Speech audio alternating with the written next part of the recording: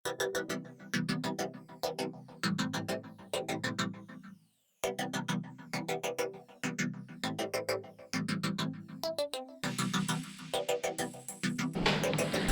โหลสวัสดีค่ะบ๊ายบายลูกวันนี้นะคะ เราจะมาทำอาหารกินกันในบ้านแบบอเมริกาของเรานะคะ เราได้เครื่องปรุงที่เป็นของฤดูกาลฟอร์ฤดูกาลนี้นะคะ อยากกินแล้วเหรอลูก ก็คือเจ้าตัวนี้อึ๊บเขาเรียกชื่อว่าสปาเกตตี้สควอชนะคะจะเป็นยังไงเดี๋ยววันนี้นะคะคุณพ่อเจมส์จะพาไปทำให้ดูกันค่ะเย้ถือไหมลูกบุญสปาเกตตี้สควอชหิวแล้วโอ้โหหิวแล้วโอเคไปกันเลย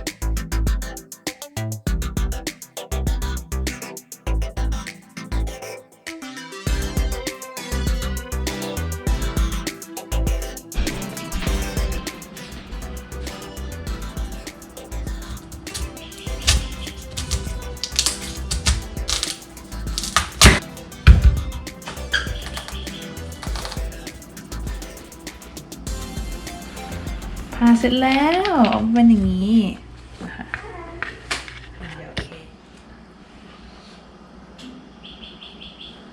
กลิ่นมันก็คล้ายๆฟักทองนะคะแต่กลิ่นมันจะแบบอ่อนๆกว่าเป็นแบบเหมือนแตงผสมฟักทอง Scooping out the seeds. ก็ต้องเอาเม็ดออกก่อนนะคะ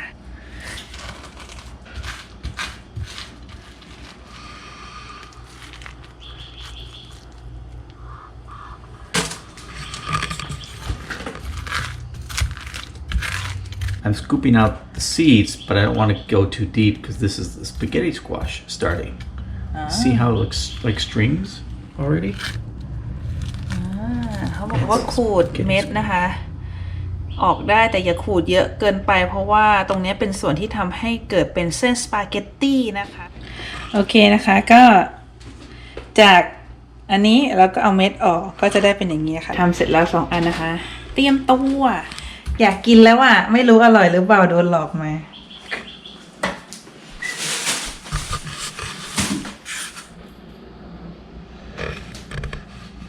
ใส่น้ำมันมะกอกลงไปนะคะกระทา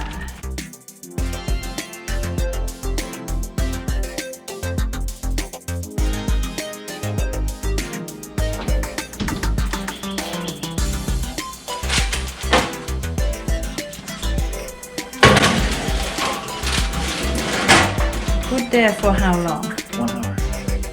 1 hour.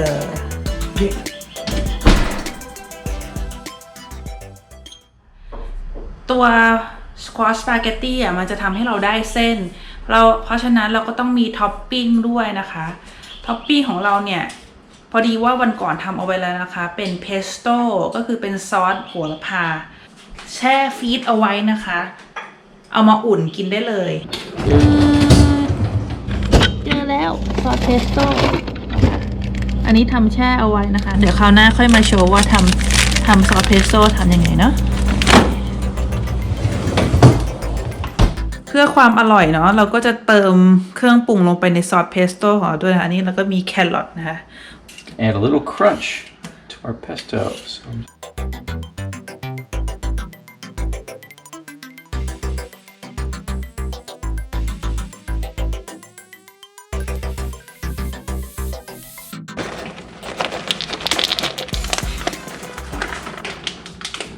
มีแครอทนะคะมีแฮมมีแครอทนะคะมีแฮมเนาะแล้วก็มีถั่วพิตาชิโอดี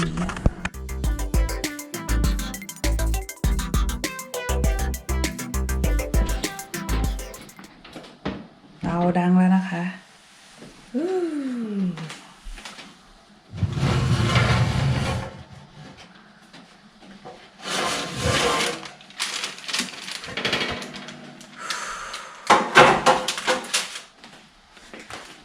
สุกแล้วไหนดมหน่อยไม่ ไม่ได้กินอะไรนะคะ Soft. Fork to go. ก็คือมันจะนุ่มแล้วก็คือซ่อมมันจะจิ้มลงไปได้เนาะถ้าซ่อมจิ้มลงไปได้แปลว่าโอเค ตอนนี้มันร้อนมากนะคะต้องรอให้มันแบบไอ้นี่ก่อนให้มันเย็นก่อนนะคะ เดี๋ยวเขาถึงจะขูดเป็นเส้นออกมาได้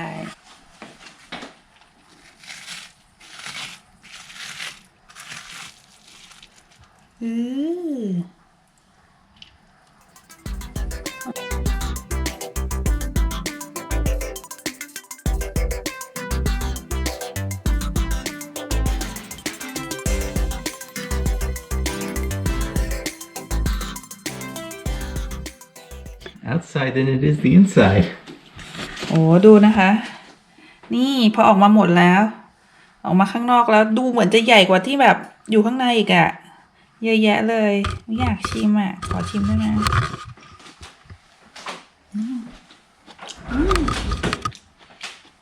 รสชาติคล้ายกับแบบมันฝรั่งแต่มีความกรอบอร่อยโอเค ถึงตาเรามาลองบ้างแล้วค่ะโอ้ยร้อนร้อนเฮ้ยดูดิดูดิโอ้ยร้อนดูดิออกมาจริงๆด้วยอ่ะไม่ได้ล้อเล่นแค่ขูดก็ออกมาแล้ว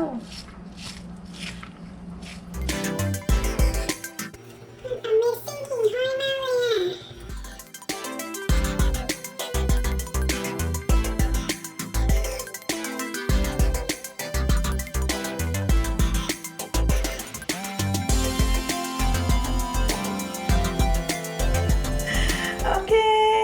เสร็จแล้ว เหลือไว้แต่ซากในตำนานยาฮูมีความสามารถนะเนี่ย ว่ามีคนมาขอ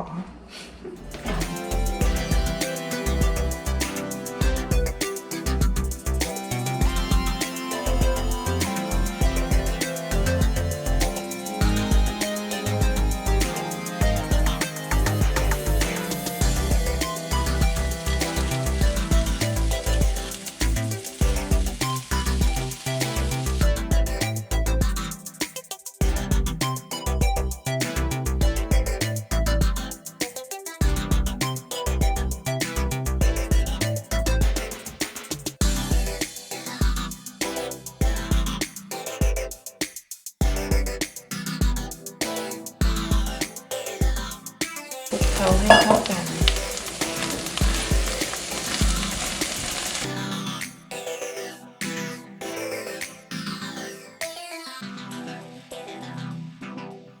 โอเค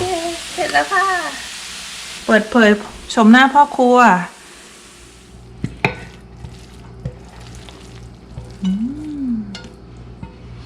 หอมอ่ะหอม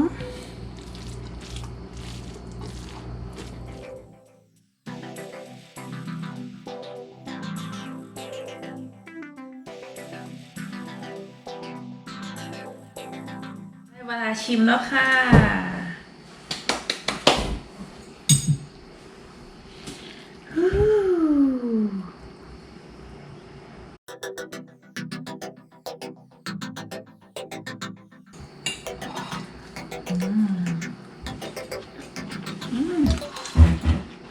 อร่อยมาก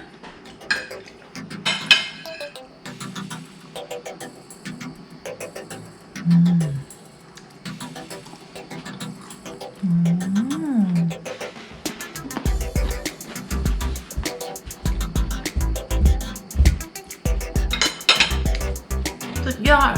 ให้10 เต็ม 10เลย Anything to tell the fan? Looks perfect as a centerpiece for your meal. What more do you need? Just one big bowl of the spaghetti squash with the pesto. And you can add other vegetables or other things to it, depending on what you want. You could grate some Parmesan cheese on top, like you would for a real spaghetti. Or you could add more vegetables like mushrooms, maybe something like fry up some Swiss chard and cut it in there. Whatever you like. ก็ หวังว่าวันนี้จะสนุกกันนะคะ แล้วไว้พบกันใหม่ค่ะ บ๊ายบายค่ะ